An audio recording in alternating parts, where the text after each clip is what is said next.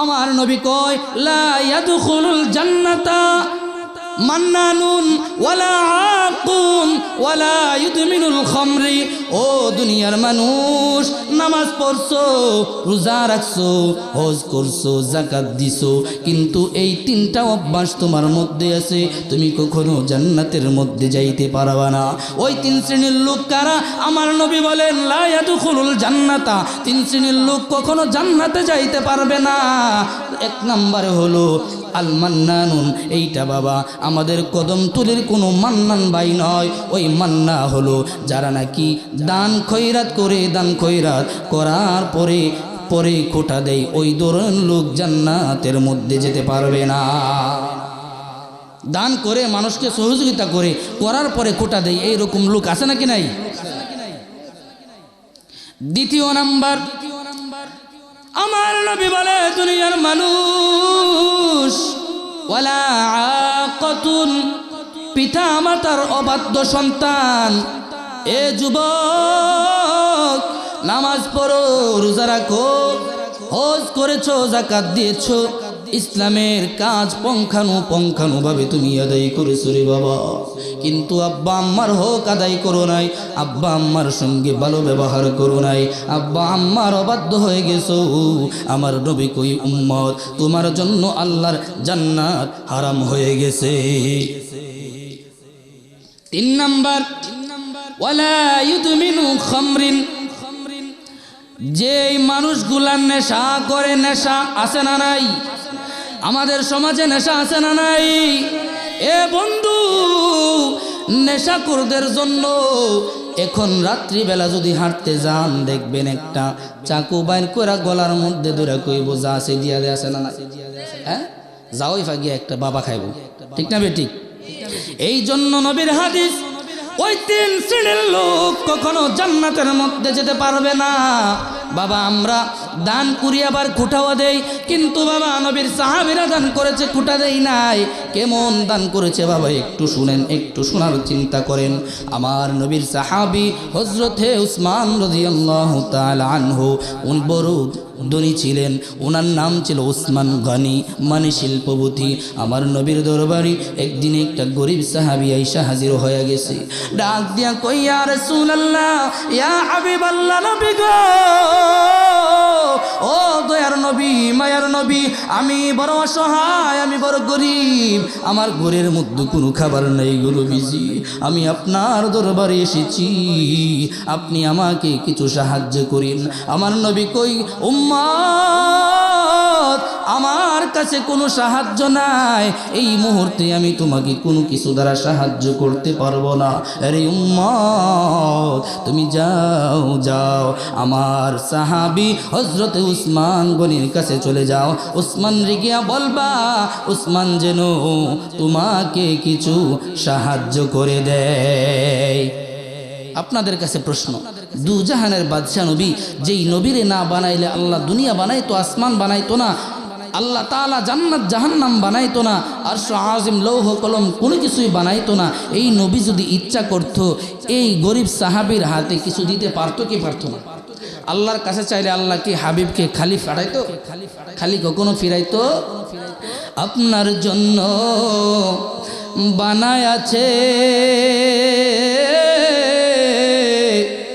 সারাটা দুনিয়া গো নবী, আপনি নবী নবী উলাম বিয়া, আপনি নবী নবী উলাম বিয়া, ঠিক কিনা?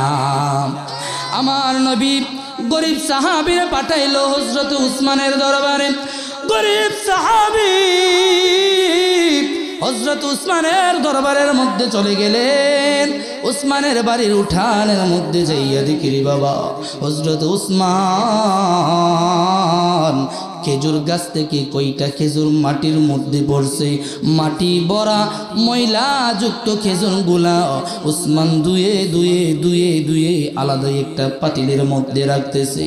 ওই লোকটা দূর তাইকা দেখে আর কয় হায় রে, আমি দেখি নাই কখনো ওই খেজুর গাছ থেকে পড়লে খেজুর গাছের মালিক নিজে খেজুর দুয়া দুয়া আলাদা পাতিলের মধ্যে রাখতে আমি দেখি নাই। আমার নবী কার দ্বারে ফাটাইল রে, সেই তো আমার চাইতো বড় ফকির। সে কি খাইব আর আমার কি খাওয়াইব? সে তো মাটি দেখা খেজুর কুড়াইয়া কুড়াইয়া দ্রুত করে আলাদা পাতিলের মধ্যে রাখতেছে। এই দৃশ্য দেখা গরিব সাহাবীর ইকিন হইল না, চলে গেলেন ফিরে নবীর দরবারে। দু জাহানের বাদশা নবী রাহমাতুল লিল আলামিন ডাক দিয়ে কয়, উম্মত, আরে উম্মত, তুমি কি উসমানের দরবারে যাও নাই? ওই গরিব সাহাবীটা ডাক দিয়া কই, নবী গো, আমি উসমানের দরবারের মধ্যে গিয়েছিলাম নবী, কিন্তু উসমান তো কৃপণ।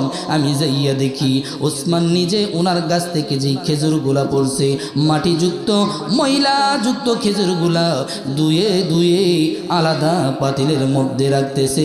সে কি খাইব, আমারে কি দিব? ও নবীর সাহাবী, আমার নবী কয়, উম্মত,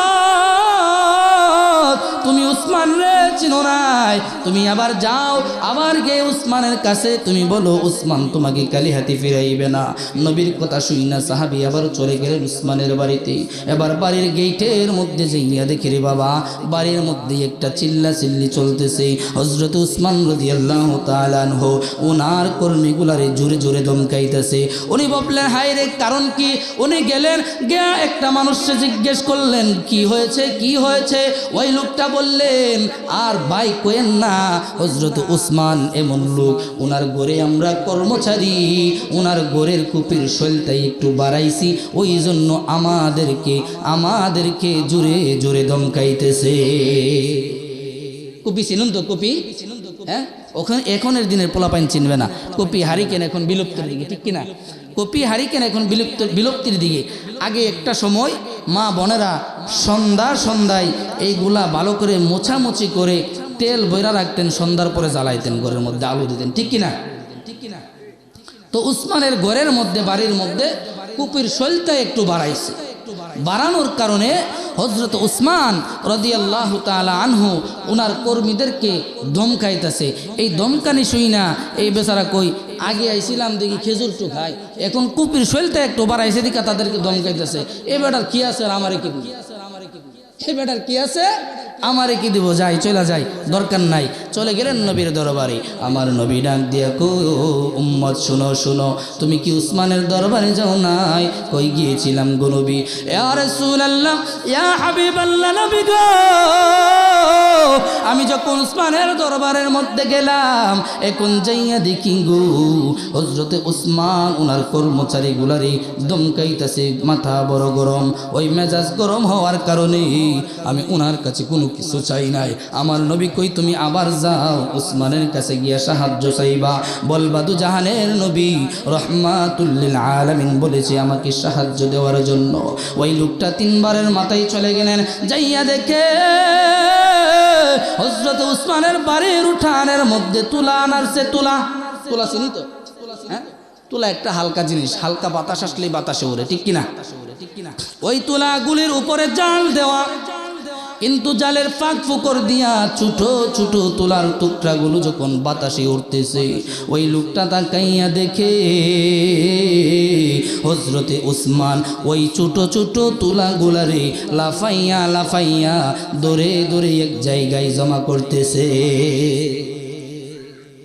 ওই লোকটা বলতেছে মনে মনে, হায় কি নাটক দেখতেছি। একবার আসলাম, আয়সা দেখি এই লোক খিজুর টোকায়, আরেকবার আসলাম একটু কপির শৈলটা বাড়াইছে দিকা তার কর্মীদেরকে উনি দমকাইতেছে।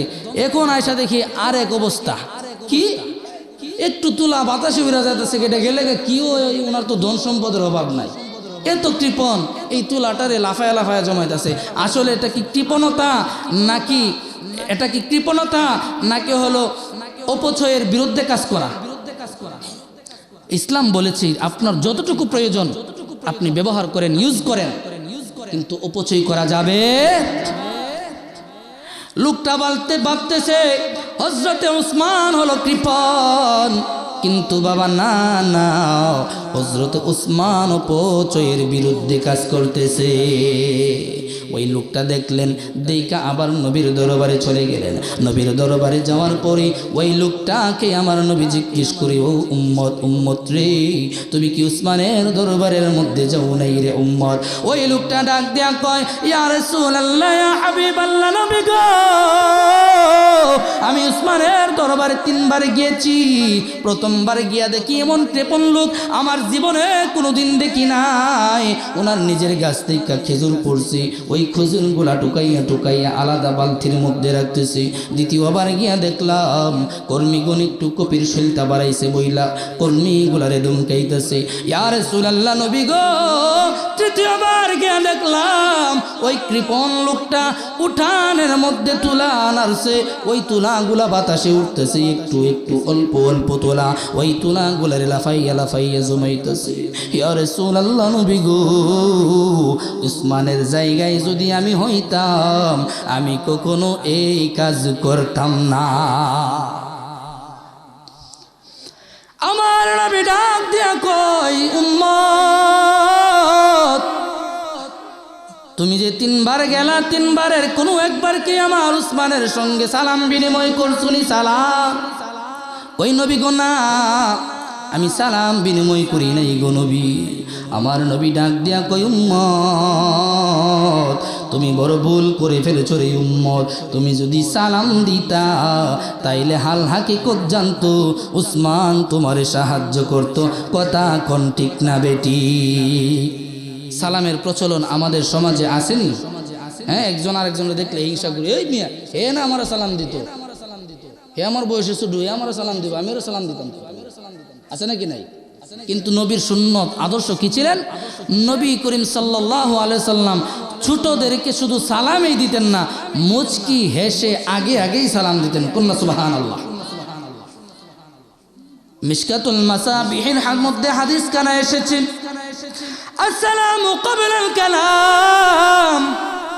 এ আমার উম্মত, তোমরা মুসলমান পরস্পর পরস্পর চেনা হও অচেনা হও, জানা হও অজানা হও, ছোট হও বড় হও, পরিচিত হও অপরিচিত হও, একে অপরকে সর্বপ্রথম যেই কাজটা করবা ওই কাজটা হইল সালাম বিনিময়। আগে সালাম পরে কালাম, আগে সালাম দিবা পরে কথা বলবা। সুবহানাল্লাহ বলি। কার শিক্ষা? নবীর শিক্ষা। নবীর শিক্ষা আজকে আমাদের মধ্যে নাই। আমার নবী ডাক দিয়া কয়, উম্মত, তুমি 3 দিন গেছো কিন্তু আমার উসমান রে সালাম দেও নাই। আমার উসমান রে যদি সালাম দিত রে, আমার উসমান কখনো তোমারে খালি হাতে ফিরাইতো না। এই উম্মত, তুমি আবার যাও, আবার যাইয়া আমার উসমান রে তুমি সালাম যাইবা। লোকটা চলে গেলেন উসমানের দরবারে। প্রথমে আবার সালাম দিলেন, আসসালামু আলাইকুম ওয়া রাহমাতুল্লাহ। হযরত উসমান রাদিয়াল্লাহু তাআলা আনহু মুস্কি হেসে ওই লোকটার সালামের জবাব দিলেন, ওয়া আলাইকুমুস সালামু ওয়া রাহমাতুল্লাহ। হযরত উসমান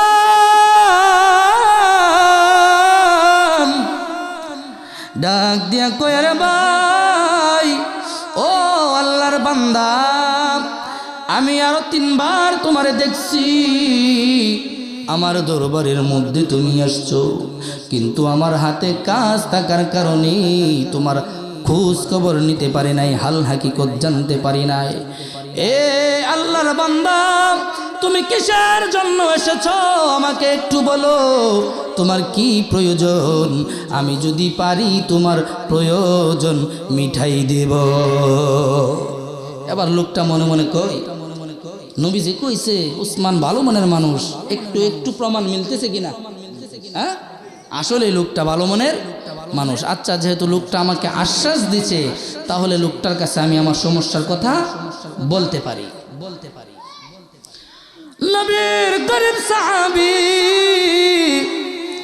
উসমান রাদিয়াল্লাহু তাআলা আনহুকে কয়, ও উসমান, আমি নবীর দরবারে গিয়েছিলাম গো নবী রাহমাতুল লিল আলামিন আমারে আপনার দরবারের মধ্যে পাঠাইছে কই কেন কেন ও উসমান নবীর দরবারে সাহায্যের জন্য গিয়েছিলাম আমি বড় অসহায় আমি বড় গরিব আমার ঘরের মধ্যে খাবারের মতো কোনো খাবার নাই ও উসমান নবী আপনার দরবারের মধ্যে পাঠাইছে আমারে বলছে আপনি উসমানের বাড়িতে আসলে আপনি আমারে খালি হাতে ফিরাইবেন না উসমান রাদিয়াল্লাহু তাআলা আনহু দুইটা চোখের পানি ছেড়ে দিয়া কান্না করে হায়রে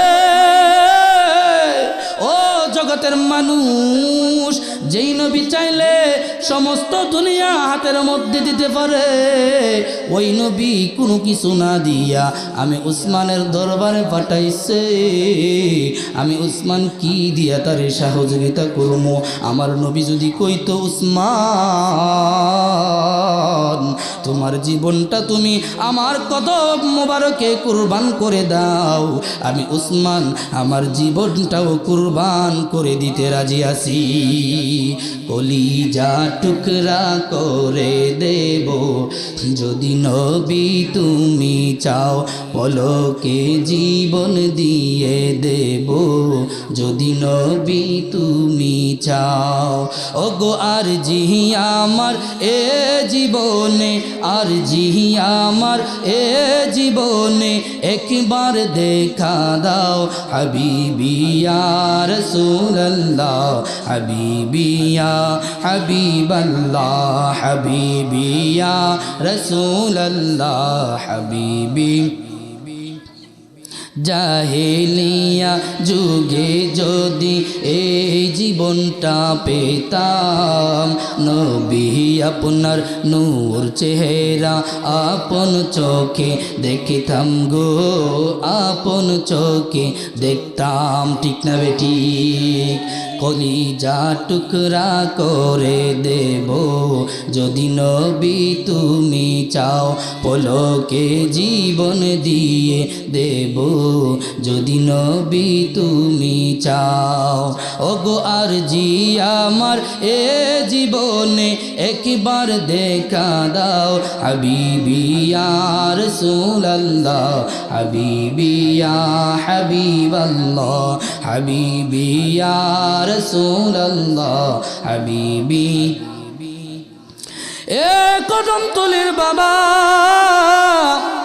পর্দার আড়ালের মা বোনেরা অন্তরের কান লাগান আমার নবীর সাহাবী নবী পাঠাইছে এই কথাটা শোনার পরে দুইটা চক্ষু দিয়ে জোর জোর জোর জোর করে পানি ছাড়তেছে আর কান্না করতেছে আমার নবী আমার কাছে শুধুমাত্র ধন সম্পদ দিতে বলছে এই ধন সম্পদের বিনিময় আমি উসমানের কাছে যদি জীবনটা চাইতো আমি উসমান সঙ্গে সঙ্গে নবীর কদম মুবারকে জীবনটা কুরবান করে দিতাম হযরত উসমান হঠাৎ করে ওনার চক্ষুটা খুললেন চক্ষুটা খোলার পরে বরাবর সামনের দিকে দেখা যায় কি যেন একটা কিসের পাল যেন আসতেছে হযরত উসমান চোখটার মধ্যে কষাল দিয়া উনি আরেকটু সামনে তাকাইলেন তাকাইয়া দেখে রে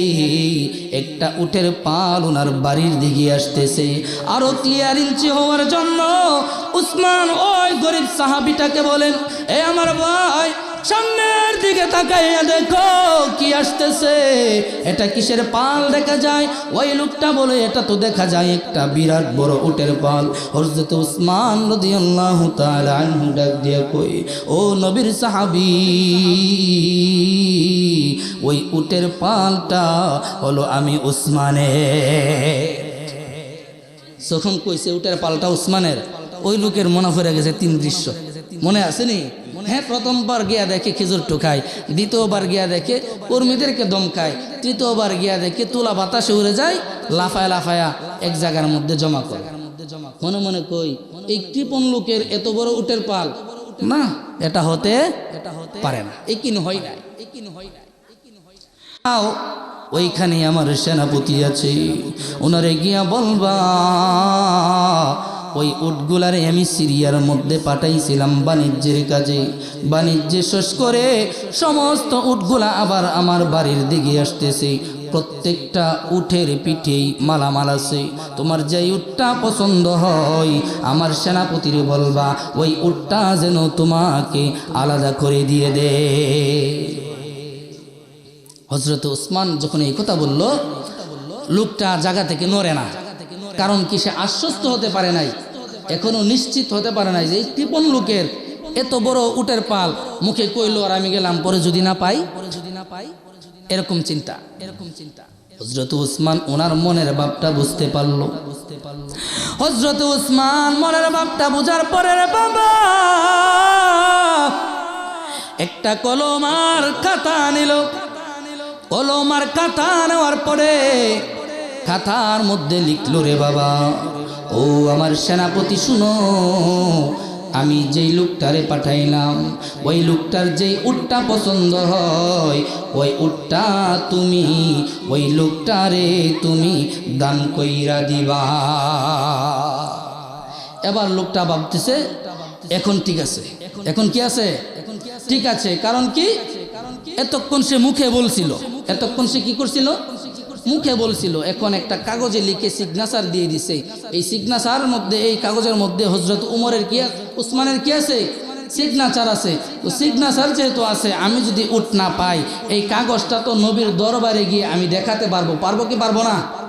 হ্যাঁ, তো নবীর দরবারে তো আমি গিয়ে কি করতে, কি দিতে পারবো, বিচার দিতে পারবো কাগজটা দেখিয়ে। এই জন্য লোকটা কাগজটা নিয়ে ওই উটের পালের দিকে চলে গেলেন। যাওয়ার পরে সেনাপতিকে বলে, সেনাপতি উসমান রে চিনুনি? কহাসিনি? উনি তো এই উটের মালিক। আল্লাহু আকবার। লোকটার বিশ্বাস হয়েছে পরিপূর্ণ, উনি তো এই উটের মালিক। ওই উসমান তোমাকে একটা কাগজ দিয়েছে, কাগজটা পইরা দেখে রে হযরতে ওসমান লিখেছে, সেনাপতি এই লোকটা যেই উটটা পছন্দ করে এই উটটা তুমি তারে দান কইরা দিবা।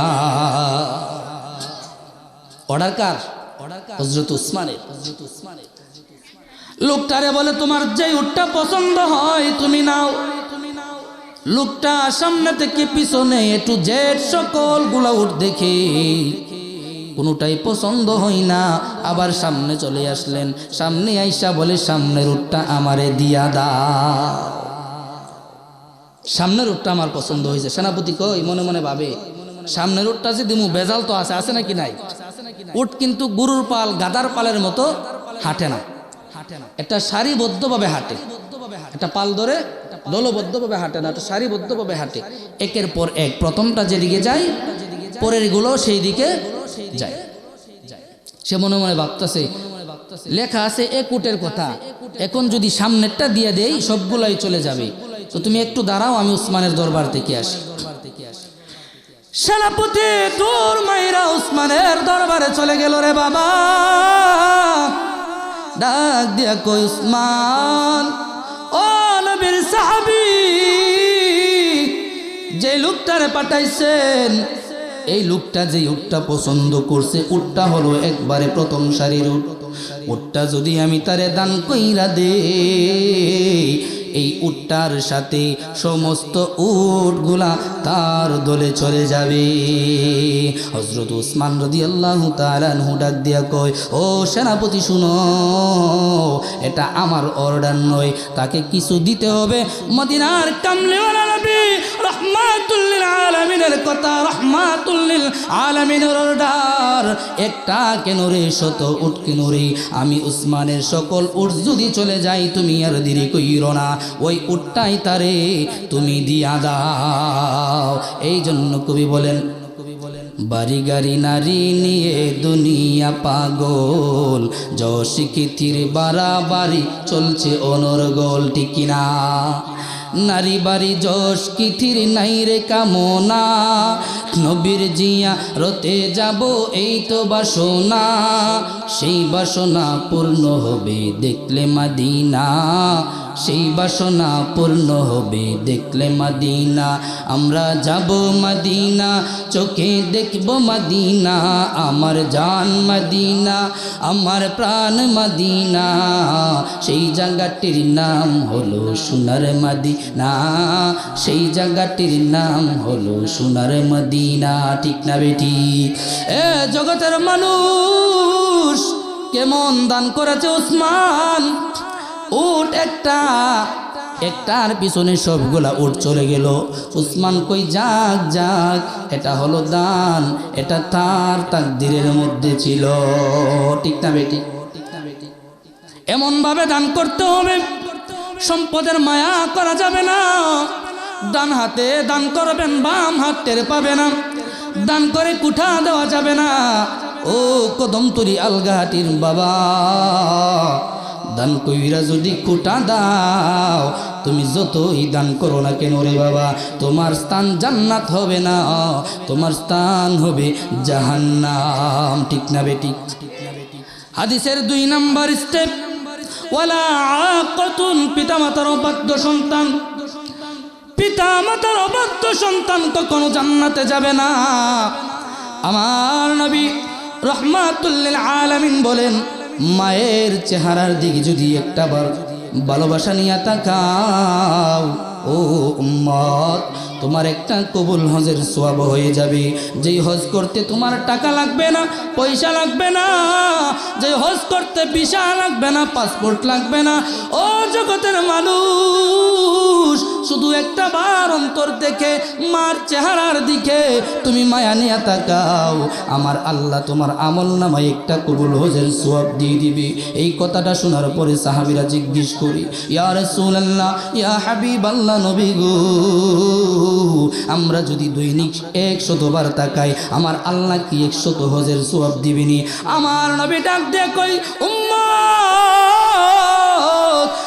100 বার যদি দৈনিক তাকাও রে, ওই তাকানোর মধ্যে যদি মায়া থাকে, মমতা থাকে, ভালোবাসা থাকে, আমার আল্লাহ তাআলা তোমার আমল নামায় দৈনিক 100 কবুল হজের সওয়াব দিয়ে দেবে।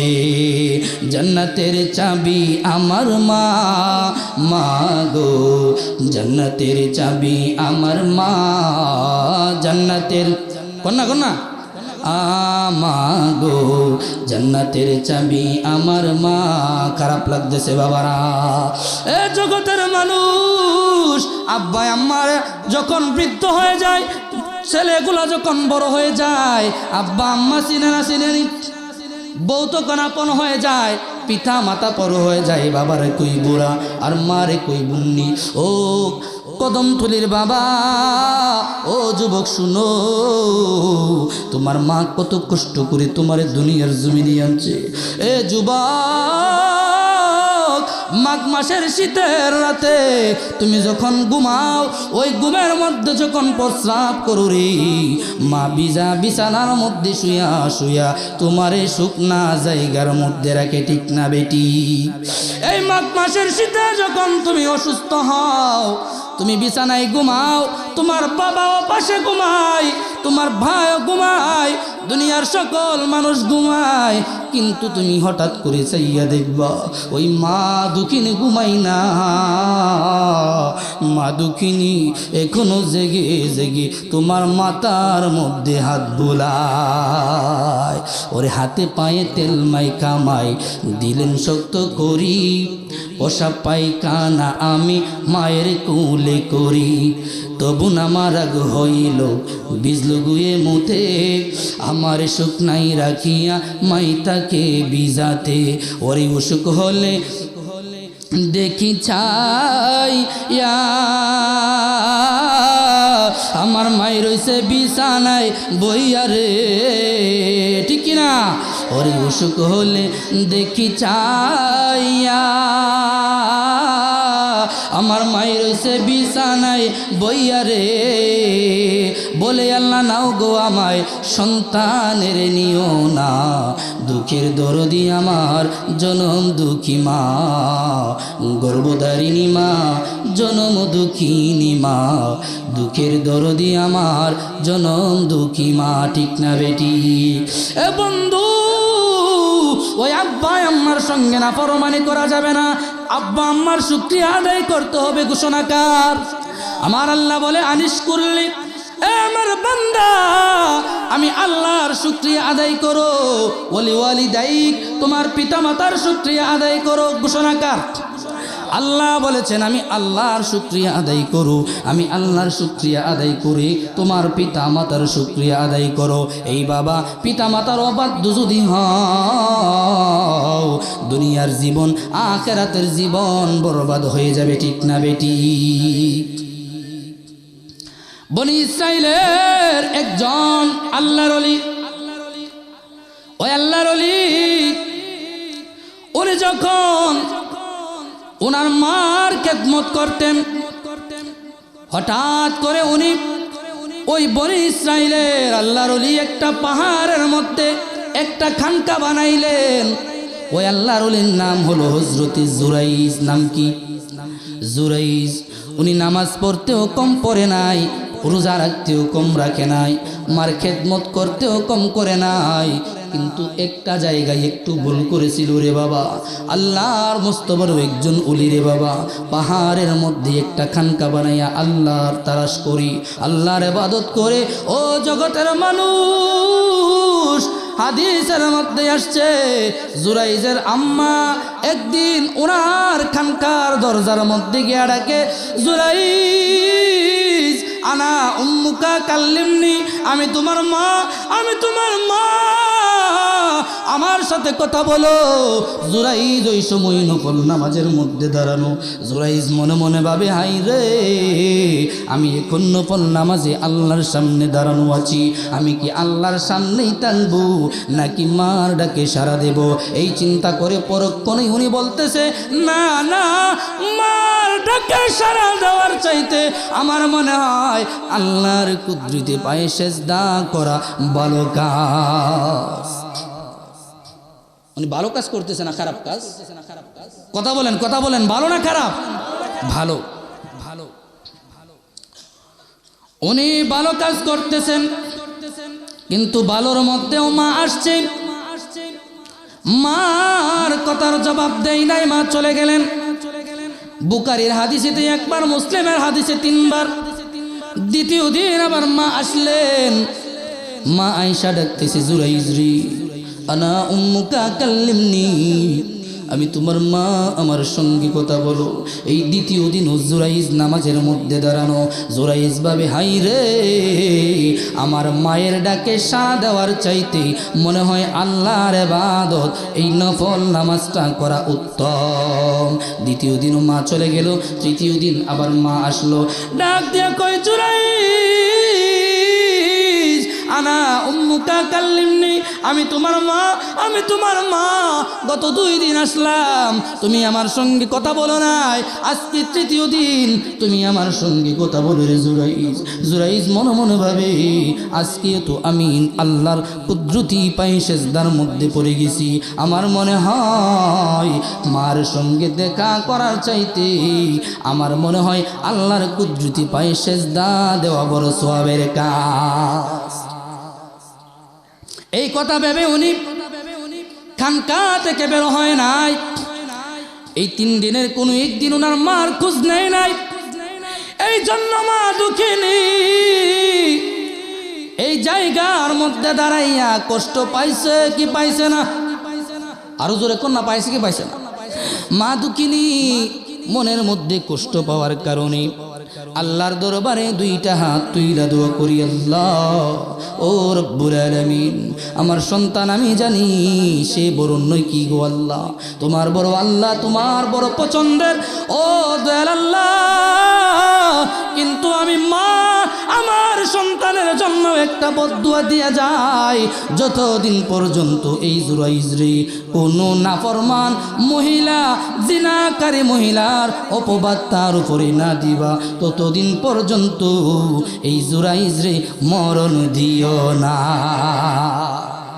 3 ব্যক্তির লোক দোয়া আল্লাহর কাছে করতে দেরি, কবুল হইতে দেরি হয় না। 1 নাম্বার পিতামাতা, 2 নাম্বার মুসাফির, 3 নাম্বার মাজলুম। সাবধান বাবা, মাজলুমের উপর জুলুম করা যাবে? আপনি জুলুম করতেছেন, মাজলুম যদি দুইটা চোখের পানি ছেড়ে দিয়ে আল্লাহর কাছে কেঁদে কেঁদে কই, আল্লাহর কাছে বলতে দিলে আপনি ধ্বংস হতে দেরি হবে?